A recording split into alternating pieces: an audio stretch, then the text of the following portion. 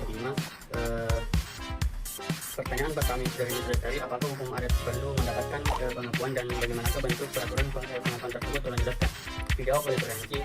Jawabannya itu keberadaan hukum adat ini secara resmi telah diakui oleh negara keberadaannya, tetapi penggunaannya pun terbatas, merujuk pada pasal 18B ayat 2 Undang-Undang Dasar 1945 di mana menyebutkan negara mengakui dan menghormati kesatuan masyarakat hukum adat beserta hak-hak tradisionalnya sepanjang masih hidup dan sesuai dengan perkembangan masyarakat dan prinsip negara kesatuan Republik Indonesia yang diatur dalam undang-undang, yang berarti bahwa negara mengakui keberadaan hukum adat serta konstitusional haknya dalam sistem hukum Indonesia. Di samping itu juga diatur dalam pasal 3 UU PA pelaksanaan hak wilayah dan hak-hak yang serupa itu dari masyarakat hukum adat. Sepanjang menurut kenyataannya masih ada harus sedemikian rupa sehingga sesuai dengan kepentingan nasional dan negara yang berdasarkan atas persatuan bangsa serta tidak boleh bertentangan dengan undang-undang dan peraturan lain yang lebih tinggi. Pertanyaan kedua itu dari Nur Sabita Asara. Izin bertanya, jelaskan peluang dan tantangan dalam pengelolaan wilayah pesisir di Indonesia. Dijawab oleh Fali. Jawabannya itu peluang potensi tersebut antara lain: 1. Bidang budidaya perikanan produksi benur lokal sekitar 1.172 juta ekor atau per tahun. Produksi benur di luar sekitar 1.548 juta ekor per tahun. Impor nener luar daerah sekitar 81 juta ekor per tahun. Produksi kepiting sekitar 54.650 kg per tahun. Sumbernya itu hasil survei 2006. Bidang penangkapan produksi ikan segar sebagai gen sekitar 3,5 juta kilogram per tahun. Produksi ikan kering sekitar 635.424 kg per tahun. Bidang industri perikanan dan kelautan, produksi undang rata-rata di Old Storage sekitar 11.670.780 kg per tahun. 11.670.780 kg per tahun. Data DKP 2006, produksi tepung limbah udang sekitar 20.400 kg per tahun. Dan produksi kapal kayu berbagai tipe, kapal besar, dompeng, dan kapal tempel perahu sekitar 174 unit per tahun. Wisata pesisir kapal kota Tarakan telah memiliki tempat wisata di pesisir, yaitu wisata pantai dan konservasi hutan mangrove. Tantangan, jumlah penduduk yang meningkat secara cepat dari waktu ke waktu disertai dengan intensitas pembangunan yang harus meningkatkan di mana sumber daya alam di daratan sudah mulai menipis, dan dengan kenyataan bahwa sebagian besar dari penduduk dianggap tinggal di daerah pesisir, tidaklah mengherankan bahwa lingkungan pesisir dan laut menjadi pusat pemanfaatan sekaligus pengurusan yang tingkatnya sudah cukup parah untuk beberapa daerah tertentu. Banyaknya rumah yang tumbuh di daerah pesisir menjadikan suatu persoalan yang menyebabkan tidak optimal pembangunan berkelanjutan dalam pengelolaan wilayah pesisir untuk masyarakat di daerah tersebut. Hal ini juga dikarenakan kurangnya perencanaan dan pelaksanaan pembangunan sumber daya pesisir dan lautan yang selama ini dirancang bersifat sektoral dan terpilah-pilah, padahal karakteristik dan alamiah ekosistem pesisir dan lautan yang secara ekologis dan saling terkait suatu sama lain, termasuk dengan ekosistem lahan atas serta beraneka sumber daya alam dan jasa lingkungan. Sebagai potensi pembangunan yang pada umumnya terdapat dalam suatu hamparan ekosistem pesisir, masyarakat mensyaratkan bahwa pengelolaan sumber daya wilayah pesisir dan lautan secara optimal dan berkelanjutan hanya dapat diwujudkan melalui pendekatan terpadu dan holistik. Pengembangan areal pemukiman di daerah pesisir pantai Pulau Tarakan akan terus berkembang sejalan dengan perkembangannya penduduk jika tidak diatur. Sebagai contoh, rumah-rumah yang dibangun untuk tempat pembelian ikan, udang, dan tempat menjual bahan bakar untuk kapal. Posisinya telah jauh dari pantai dan jauh dari perumahan penduduk. Jika penduduk pantai dan jauh dari berkembang dan mulai mendekat dengan rumah-rumah tersebut,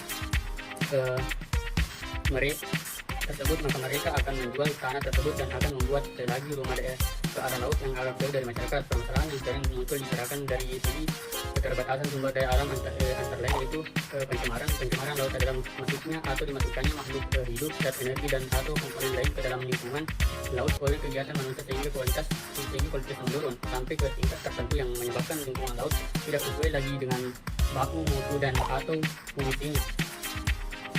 Banyaknya rumah yang tumbuh di daerah pesisir Pulau Tarakan menjadikan suatu persoalan yang menyebabkan tidak optimal pembangunan berkelanjutan dalam mengelola wilayah pesisir untuk masyarakat di daerah tersebut. Wilayah pesisir Pulau Tarakan banyak didiami oleh pendatang dari luar pulau. Rumah-rumah di wilayah ini kondisinya sangat padat dan dan rapat sehingga lingkungannya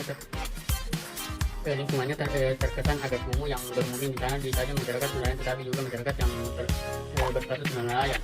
Meski kerusakan fisik habitat yang pesisir dan lautan telah mengakibatkan penurunan kualitas ekosistem, penduduk fisik habitat di Pulau Bulu akan terjadi pada ekosistem mangrove. Saat ini hutan mangrove yang tersisa sekitar 788 ha. Kebanyakan ini hutan mangrove yang rusaknya habitat di daerah pesisir adalah akibat aktivitas manusia seperti konservasi hutan mangrove untuk kepentingan pemukiman, pembangunan infrastruktur dan pengelolaan tambang. Abrasi pantai. Ada dua faktor yang menyebabkan terjadinya abrasi pantai, yaitu satu, proses alam karena gerakan gelombang dan pantai terbuka. Dua, aktivitas manusia kegiatan tersebut, misalnya kegiatan pembangunan hutan, HPH atau pertanian di lahan atas yang tidak mengindahkan konsep konservasi telah menyebabkan erosi tanah dan kemudian sedimen tersebut dibawa ke aliran sungai serta diandarkan kawasan bazar. Akibat manusia lain adalah menebang atau merusak ekosistem mangrove di pantai, baik untuk keperluan kayu, bahan baku arang maupun dalam rangka pembuatan tambang. Padahal menurut dengan berbeda hutan mangrove tersebut secara ekologi. Pertanyaan ketiga dari Dimas, yaitu permasalahan apa yang ada terkait dengan pengelolaan wilayah pesisir dan pulau-pulau kecil, baik dari aspek pelayanan hukum dan aspek budaya hukum. Dijawab oleh Elmina Berancang Musnah, yaitu permasalahan terkait aspek pelayanan hukum. Yang pertama, itu belum ada standar prosedur dalam permohonan maupun pengelolaan izin lokasi dan izin pengelolaan wilayah pesisir. Izin lokasi dan izin pengelolaan wilayah pesisir belum ada pengaturan sebagaimana diamanatkan dalam pasal 22C Undang-Undang Nomor 1 Tahun 2014 bahwa tata cara pemberian pencabutan jangka waktu luasan dan berakhirnya izin lokasi dan izin pengelolaan diatur dengan peraturan pemerintah. Sampai saat ini RPP-nya belum selesai dibahas. Akibatnya hal ini menimbulkan ketidakjelasan prosedur perizinan, ketidakjelasan pembagian kewenangan antara pusat dan daerah, serta menghambat investasi. Dua, belum adanya pengaturan investasi asing di pulau kecil. Pasal 26A penanaman modal asing untuk wilayah pesisir belum ada peraturan presidennya. Hal ini penting untuk peraturan lebih lanjut tentang pemilihan saham dan luasan lahan. Apabila peraturan pelaksanaan tersebut kriteria ditetapkan, maka dapat mengamankan investasi. Yang ketiga, fasilitas perizinan. Pasal 20 Undang-Undang Nomor 1 2014 memberikan peraturan bahwa pemerintah dan Pemda wajib memberikan fasilitas kepada masyarakat untuk melakukan pengurusan izin. Namun bentuk fasilitas tersebut tidak membuatkan lebih lanjut dalam undang-undang ini, serta ada sanksi apabila kewajiban tersebut tidak dilaksanakan. Bentuk fasilitas atau pemberdayaan masyarakat yang tidak memperhatikan kebutuhan masyarakat dapat merugikan kepentingan masyarakat lokal. Namun demikian, fasilitas perizinan ini sudah dimasukkan dalam RPP, izin lokasi dan izin pengelolaan di wilayah pesisir dan pulau kecil. Permasalahan terkait aspek budaya hukum, pelanggaran izin ataupun pelanggaran terhadap ekosistem wilayah pesisir masih intens dilakukan. Penanganan tidak cukup melalui penegakan hukum, namun juga perlu kesadaran masyarakat. Pertanyaan keempat dari Hermawati, coba sebutkan struktur dan pola ruang apa saja yang di PRD RW setempat dan mengapa di bagian jaraknya dari wilayah pesisir dan pulau kecil disarankan untuk memakai struktur dan pola ruang yang sudah ada di dalam PRD RW setempat. Mengapa bukan memakai struktur dan pola ruang yang baru? Jawaban dari Dewa Agung Sultan, itu rencana tata ruang wilayah kabupaten atau kota yang selanjutnya disebut RTRW kabupaten atau kota adalah rencana tata ruang yang bersifat umum dari wilayah kabupaten atau kota yang mengacu pada rencana tata ruang wilayah nasional. Rencana tata ruang pulau atau kepulauan, rencana tata ruang kawasan strategis nasional RTRW provinsi, dan rencana tata ruang kawasan strategis provinsi. Perencanaan tata ruang kabupaten atau kota mendefinisikan rencana tata ruang wilayah kota sebagai arahan bagi pemerintah kota, masyarakat dan dunia usaha dalam memanfaatkan ruang-ruang yang dimaksud meliputi ruang darat, ruang laut, dan ruang udara. Tempat manusia dan makhluk hidup melakukan kegiatan dan memelihara kelangsungan hidupnya, sama seperti perencanaan tata ruang nasional. Jangka waktu RTRW kabupaten atau kota berlaku 20 tahun dan akan ditinjau setiap 5 tahun sekali. Pertanyaan dari Irfan, yaitu sebutkan dan jelaskan faktor-faktor apa saja yang terkandung dalam aspek wilayah. Dijawab dari Agung Setiawan, kemajuan suatu bangsa dapat dilihat dari tingkat kesadaran hukum warganya. Semakin tinggi kesadaran hukum penduduk suatu negara, akan semakin tertib kehidupan bermasyarakat dan bernegara. Faktor kesadaran hukum ini mempunyai peran penting dalam perkembangan hukum. Artinya semakin lemah tingkat kesadaran masyarakat, semakin lemah oleh kepatuhan hukumnya. Sebaliknya, semakin kuat kesadaran hukumnya, semakin kuat pula faktor keputusannya. Lanjut, yang ketiga, terjadi perkembangan hukum dalam pengelolaan wilayah pesisir dan pulau kecil di daerah kabupaten atau kota sebagai dampak diberlakukannya Undang-Undang Nomor 23 Tahun 2014 tentang pemerintahan daerah. Yang keempat, adanya multi tafsir antara Undang-Undang Nomor 31 2004 tentang perikanan dengan Undang-Undang 27 2007, juga Undang-Undang Nomor 1 2014 terkait sanksi pidana yang berbeda terhadap tindak pidana yang sama. Permasalahan yang terkait aspek kelembagaan. Pertama, konflik kelembagaan konservasi perairan. Undang-Undang Nomor 1 2014 sudah mengamanatkan bahwa kawasan konservasi di wilayah pesisir dan pulau kecil termasuk suaka alam dan kawasan pelestarian alam yang berada di wilayah pesisir dan pulau kecil dalam bentuk taman nasional, nasional laut, suaka marga satwa dan lain-lain. Yang kedua, kewenangan dalam penyelidikan dan penyidikan, kewenangan penangkapan berdasarkan KUHP dan Undang-Undang Nomor 1 Tahun 2014 diberikan hanya kepada penyidik Polri. Undang-Undang Nomor 1 2014 tidak secara eksplisit memberikan kewenangan penangkapan terhadap PPNS KKP apabila PPNS tersebut menemukan pelanggaran hukum di wilayah pesisir. Kewenangan penangkapan baru diberikan pada level peraturan menteri.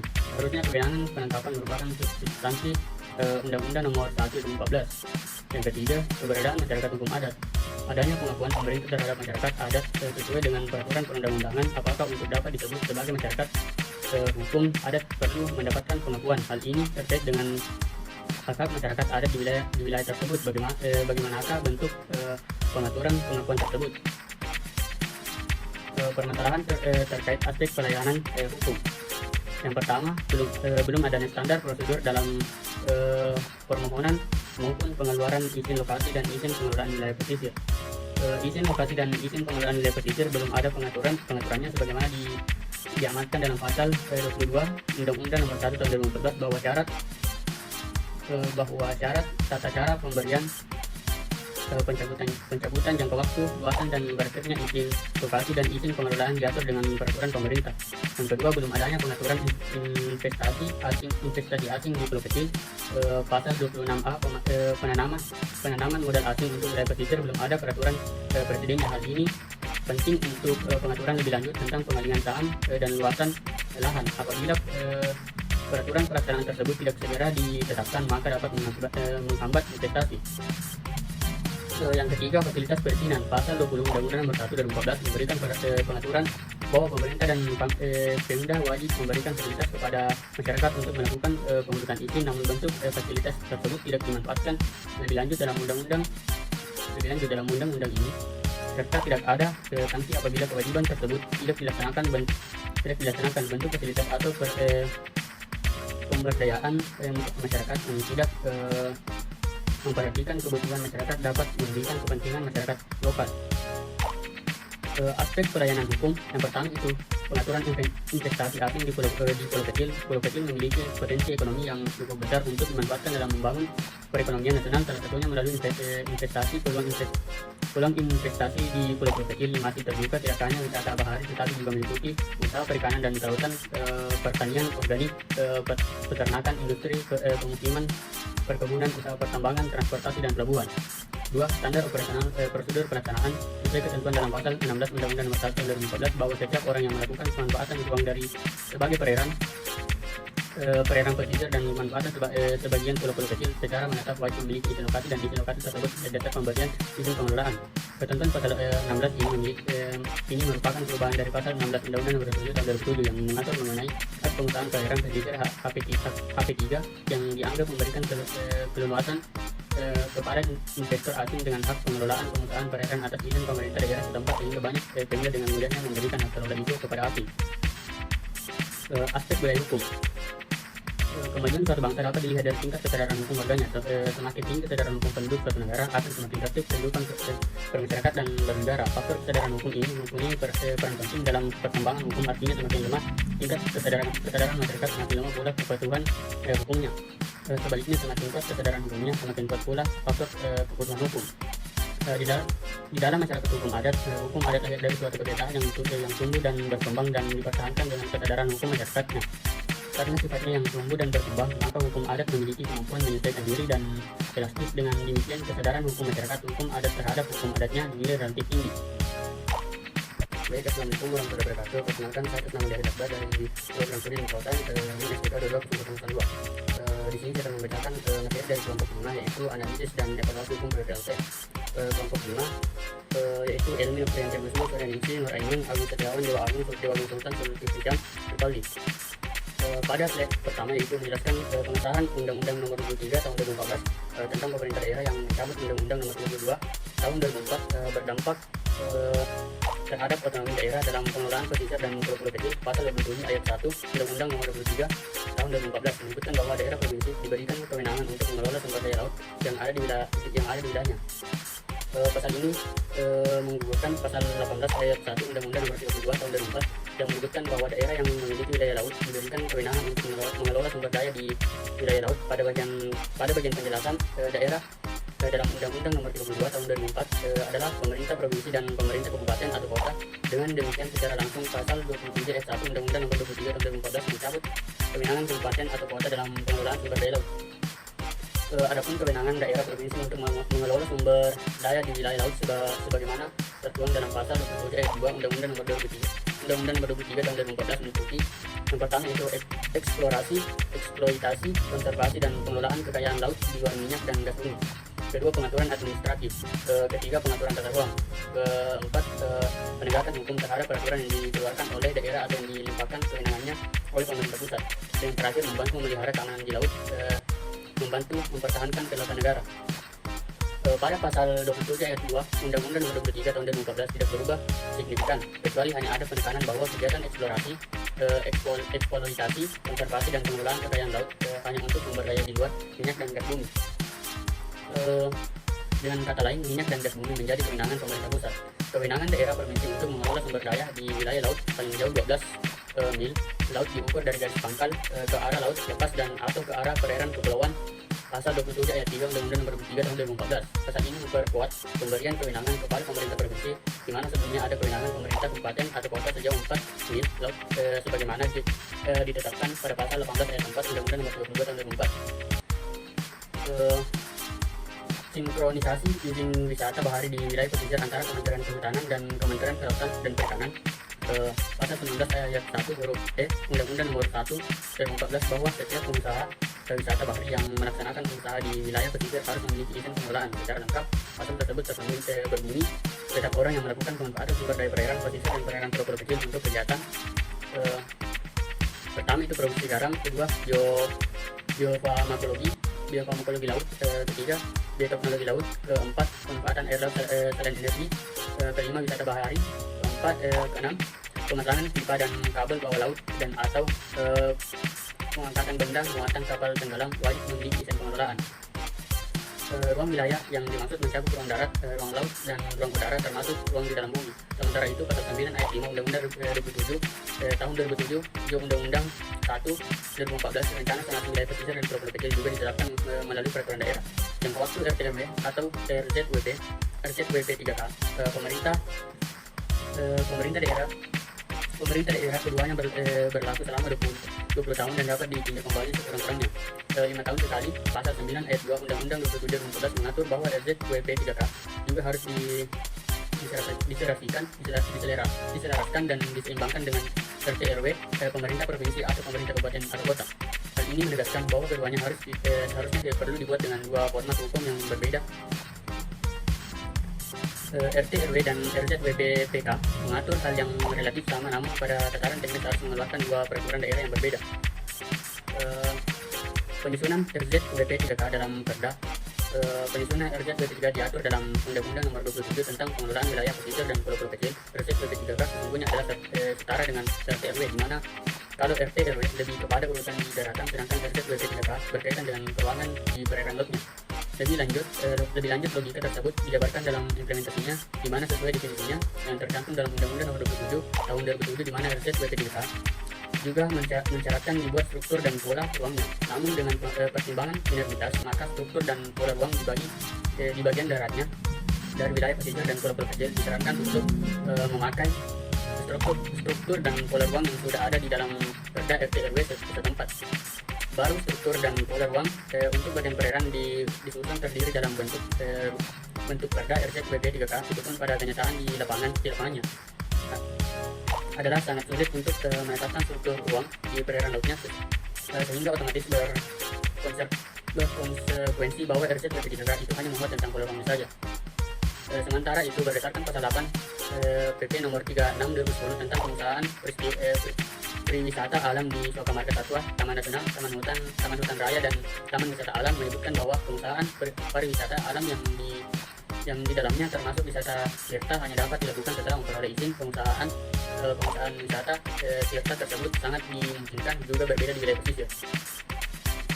Berdasarkan dua PUU tersebut, disimpulkan bahwa pengusaha berpotensi untuk mengurus dua izin berbeda, yaitu izin pengelolaan berdasarkan Undang-Undang Nomor 1 Tahun 2014 dan juga izin pengusahaan berdasarkan PP Nomor 36 Tahun 2010. Pengurusan izin tersebut dilakukan pada dua institusi yang berbeda, yaitu Kementerian Kehutanan untuk izin wisata tirta di Suaka Marga Satwa, Taman Nasional, Taman Hutan Raya, dan Taman Wisata Alam, dan Kementerian Kelautan dan Perikanan untuk izin pengelolaan wisata bahari di wilayah pesisir. Izin ganda tersebut terjadi karena berdasarkan Undang-Undang Nomor 1 Tahun 2014 terdapat pengalihan pengelolaan beberapa Taman Nasional Laut dari Kementerian Kehutanan ke Kementerian Kelautan dan Perikanan. Kawasan suaka alam dan kawasan pelestarian alam yang berada di wilayah pesisir. Permasalahan hukum dan kelembagaan terkait dengan pengelolaan wilayah pesisir, laut, dan pulau-pulau kecil. Berdasarkan peraturan sektoral tersebut, terjadi konflik kepentingan antara institusi dalam mengelola sumber daya pesisir, laut, dan pulau-pulau kecil. Bahkan sering dengan era ekonomi daerah, ada kecenderungan pemerintah daerah membuat peraturan daerah berdasarkan kepentingan dalam meningkatkan pendapatan asli daerah. Ditjen P3K DKP mengelompokkan permasalahan hukum yang terkait dengan pengelolaan pesisir, laut, dan pulau-pulau kecil, yaitu pertama, konflik antara undang-undang; dua, konflik antara undang-undang dengan masalah tersebut dengan hukum adat; dan yang ketiga, kekosongan hukum. Ketiga masalah tersebut bermuara pada ketidakpastian hukum, konflik kewenangan, dan pemanfaatan serta kerusakan geofisik sumber daya pesisir. Permasalahan terkait aspek materi hukum. Pertama, konflik antara Undang-Undang Nomor 1 Tahun 2014 tentang perubahan atas Undang-Undang Nomor 27 Tahun 2007 tentang pengelolaan wilayah pesisir dan pulau-pulau kecil terkait izin pengelolaan dan izin pengusahaan. Kedua, konflik antara Undang-Undang Nomor 26 Tahun 2007 tentang penataan ruang dengan Undang-Undang Nomor 1 Tahun